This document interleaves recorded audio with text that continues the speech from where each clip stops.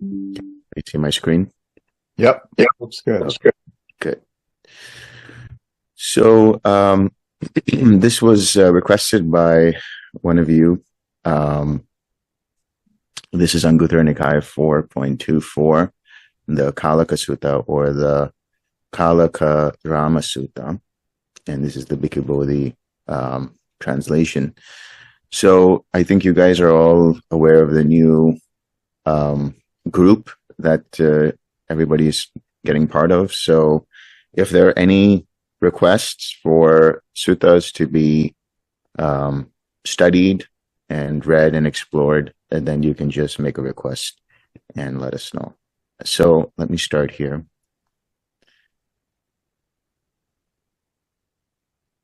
Thus have I heard, on one occasion the Blessed One was living at Saketa, at Kaleka's park.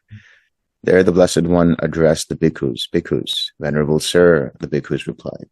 The Blessed One said this: Bhikkhus, in this world, with its devas, Mara, and Brahma, among this population, with its ascetics and Brahmins, its devas and humans, whatever is seen, heard, sensed, cognized, reached, sought after, examined by the mind, that I know.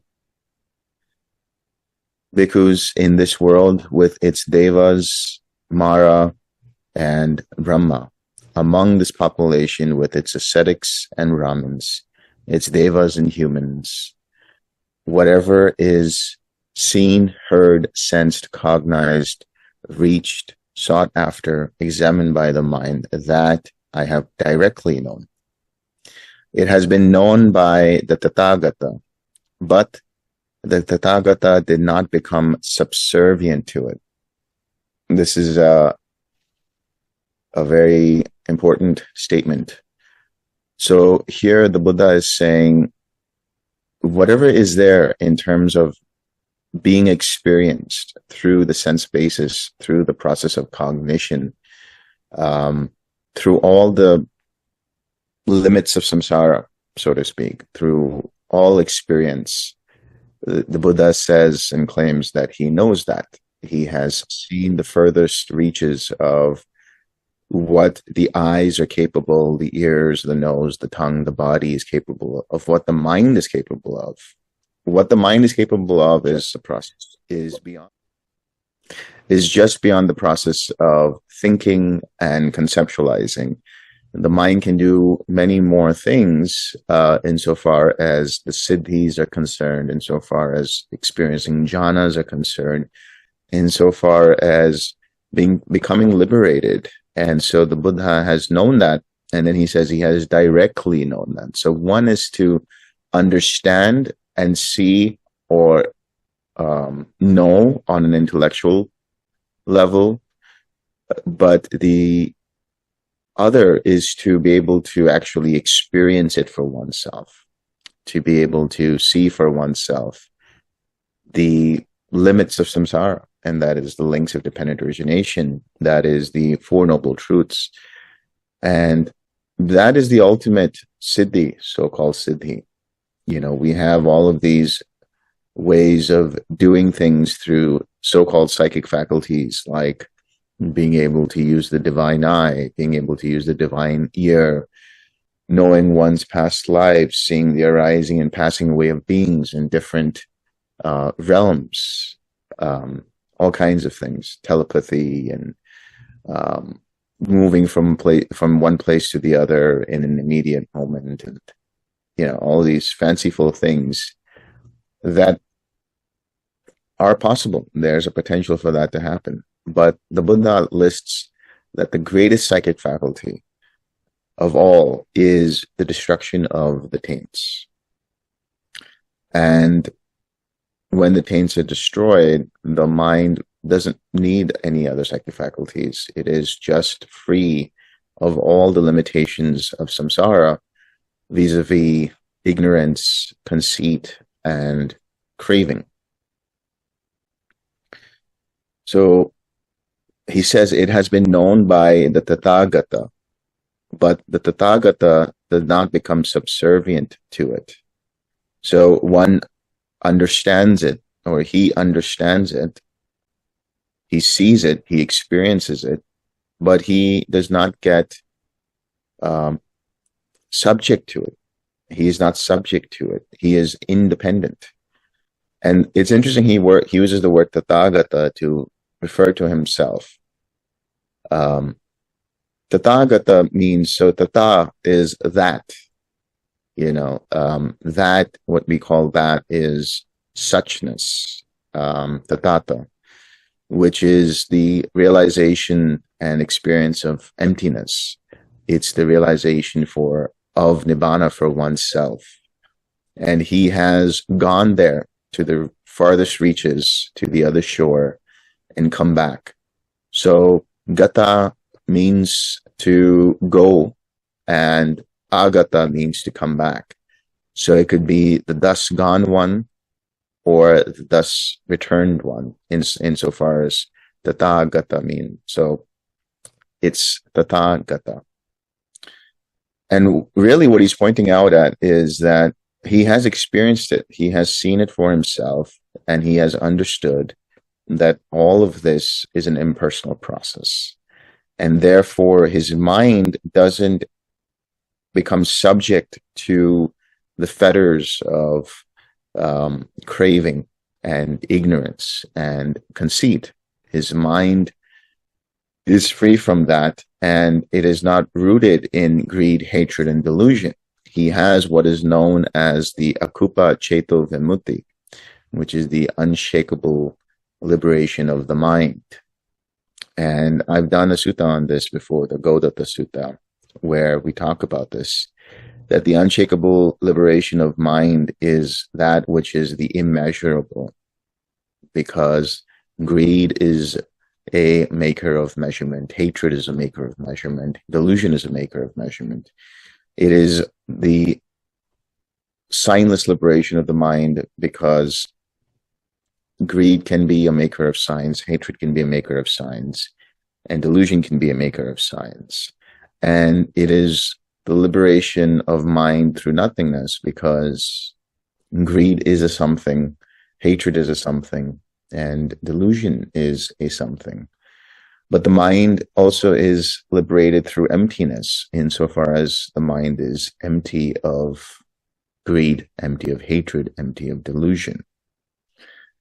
And so such a mind is essentially said to be signless, undirected, and empty. It doesn't make anything into an object. It doesn't reify anything. Such a mind is free of any personalized intentions. And so it is undirected. It is desireless. And such a mind doesn't take anything personally and doesn't come from a standpoint of me, mine, or myself. And therefore it's empty. So he says, bhikkhus, if I were to say in this world with its devas and so on, whatever is seen, heard, sensed, cognized, reached, sought after, examined by the mind, that I do not know, that would be a falsehood on my part. So he's saying, if I said that I didn't know these things, or I didn't understand these things, it would be a falsehood. If I were to say in this world with its devas and so on, whatever is seen, heard, sensed, cognized, reached, sought after, examined by the mind, that I both know and do not know, that too would be the same. It would be a falsehood. But if I were to say, in this world with its devas and so on, whatever is seen, heard, sensed, cognized, reached, sought after, examined by the mind, that I neither know nor do not know, that would be a fault on my part. So then here is the meat of the sutta. So having seen what can be seen, the Tathagat does not misconceive the seen, does not misconceive the unseen, does not misconceive what can be seen, does not misconceive one who sees. Having heard what can be heard, he does not misconceive the heard, does not misconceive the unheard, does not misconceive what can be heard, does not misconceive one who hears. Having sensed what can be sensed, he does not misconceive the sensed, does not misconceive the unsensed, does not misconceive what can be sensed, does not misconceive one who senses. Having cognized what can be cognized, he does not misconceive the cognized, does not misconceive the uncognized, does not misconceive what can be cognized, does not misconceive one who cognizes.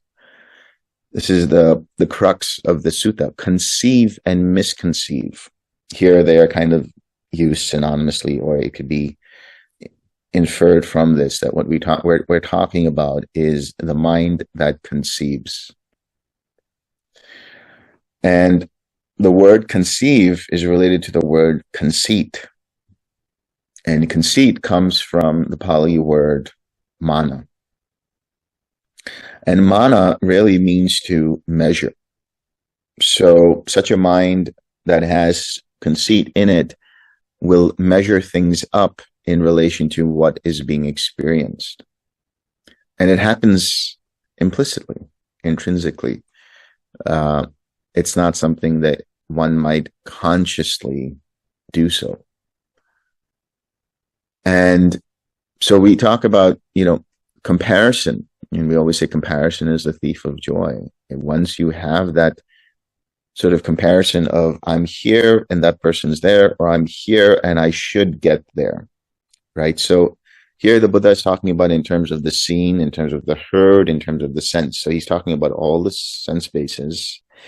And then in terms of the cognized, which is the mind, what is it cognizing? And ultimately, all the sense experiences are coming into the mind. So we'll just simplify it and talk about conceptualizing, or the process of conceiving in the mind. Actually, a couple of days ago, David, Kirsten, and I had gone out to a restaurant and we were discussing this. We were talking about, that process of the mind, which, it's hearing things, it's seeing things, it's tasting things, it's touching, it's smelling. But in reference to that, there is a basis of a me there. It's like there's a core essence of a me that's present. And this me is that which is misconceived as the one who sees, the one who hears, the one who smells, the one who tastes, touches, and thinks or cognizes. But if we were to just relax and let that go, then what we notice is when that sense of a me that is created, that is an illusion dependent upon the conceit, it's the intrinsic I am that says, when the I am arises, there arises this sense of I am seeing, I'm hearing, I am tasting, I'm thinking, I'm doing all these things. But when the mind lets go of that, then there is just the seen, there is just the heard, there is just the cognized, there's the sense, the cognized. And so how does that arise? It arises because of lack of proper attention in any or every given moment. It arises because the mind starts to think about this or that, and there is ayoniso manasikara, that is to say, a mind that doesn't see reality as it is. And such a mind is coming from ignorance. And ignorance here is the lack of mindfulness of the Four Noble Truths of every given moment. So does that mean we need to keep noting all the time what's going on? Seeing, hearing, tasting, thinking. You could try it and you can see what that does for you. But what you will notice is then it just becomes this process by rote, rather than you actually just observing things and relaxing. Because if there is this thing that is looking at seeing, hearing, tasting, thinking, then what is it that is doing that? There's still a center point of a sense of self that is observing that, right? But if you even relax that and just be able to trust in the natural, luminous nature of the mind, which the Buddha has talked about, where he says that luminous is the mind of monks. Luminous is the mind, but due to adventitious defilements, the mind becomes obscured. And so our only goal, so to speak, is to let go of the obscurations, let go of the defilements. And that is as simple as just relaxing.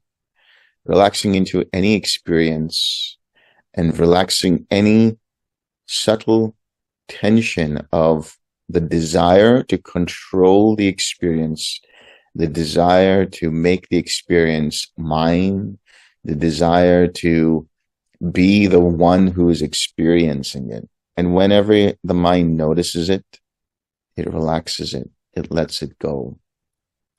So when this happens, the mind, therefore, does not misconceive what is being experienced. It doesn't relate to it from a sense of, this is me, this is mine, this is myself.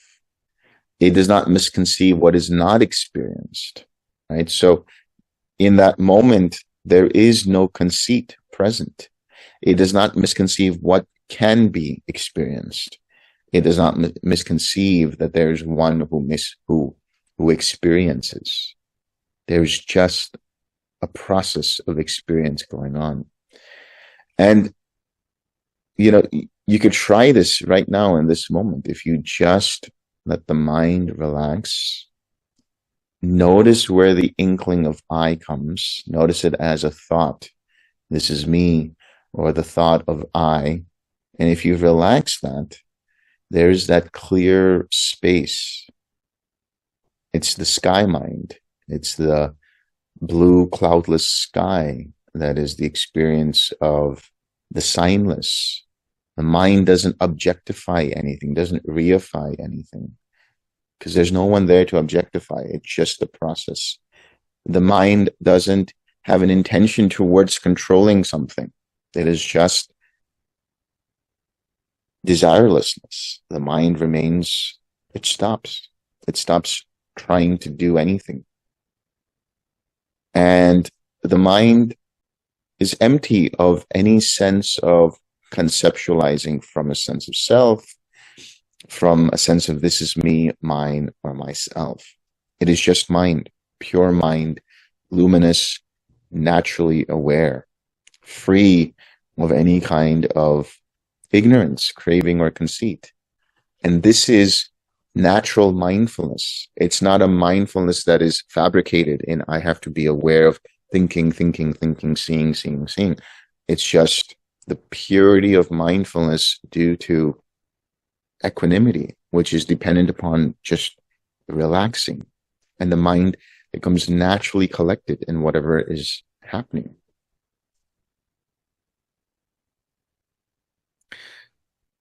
Thus, bhikkhus, being ever stable among things seen, heard, sensed, and cognized, the Tathagata is a stable one.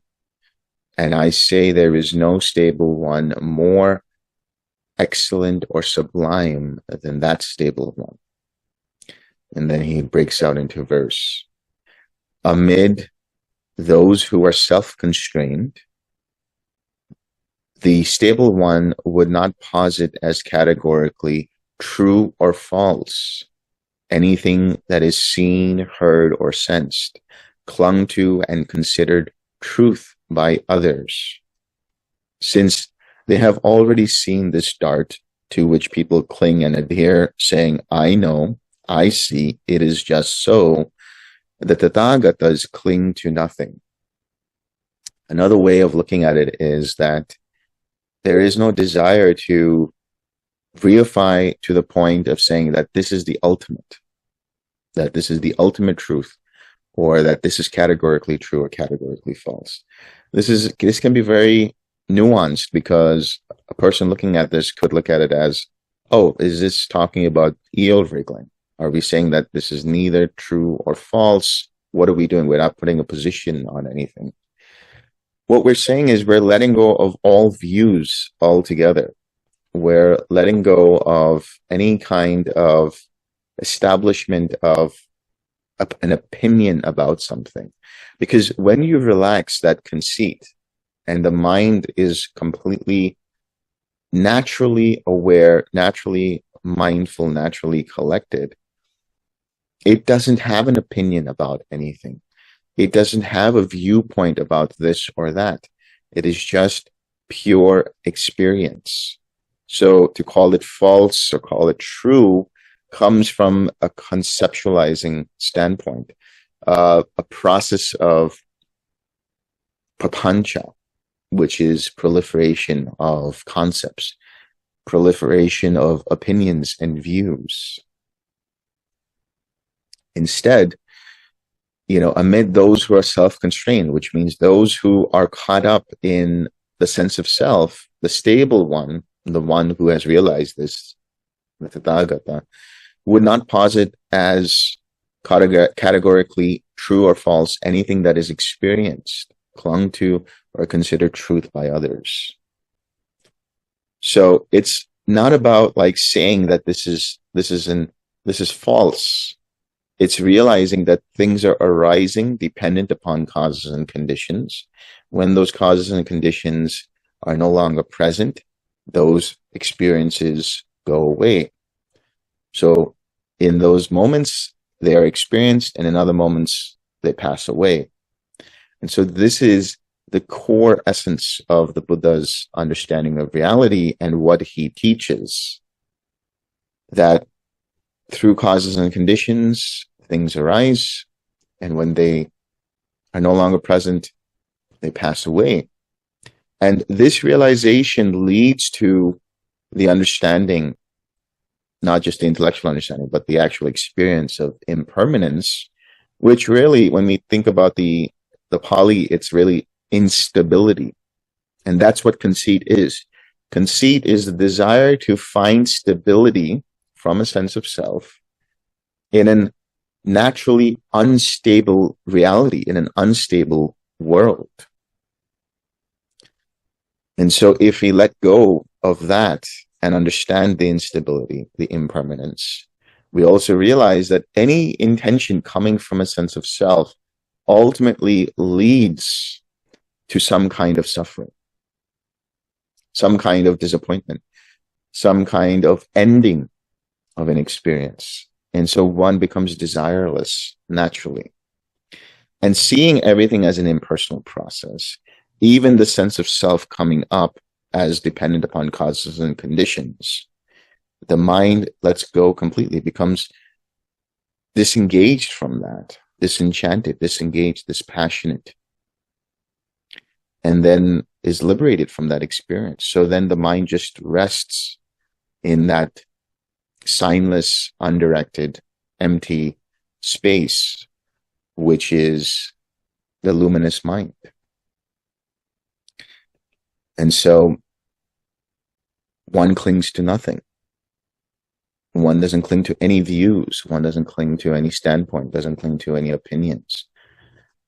The mind is just experiencing things as they are, and doesn't have to even reify the mind itself that is experiencing things as they are.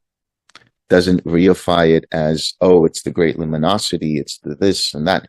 That's just for the thinking mind, the conceptualizing mind, to find stability. And I have found the ultimate. This is what I am. This is what we're all looking for. Let's go of even that. It just rests. It's nothing else that needs to be done but just rest. So that's the sutta.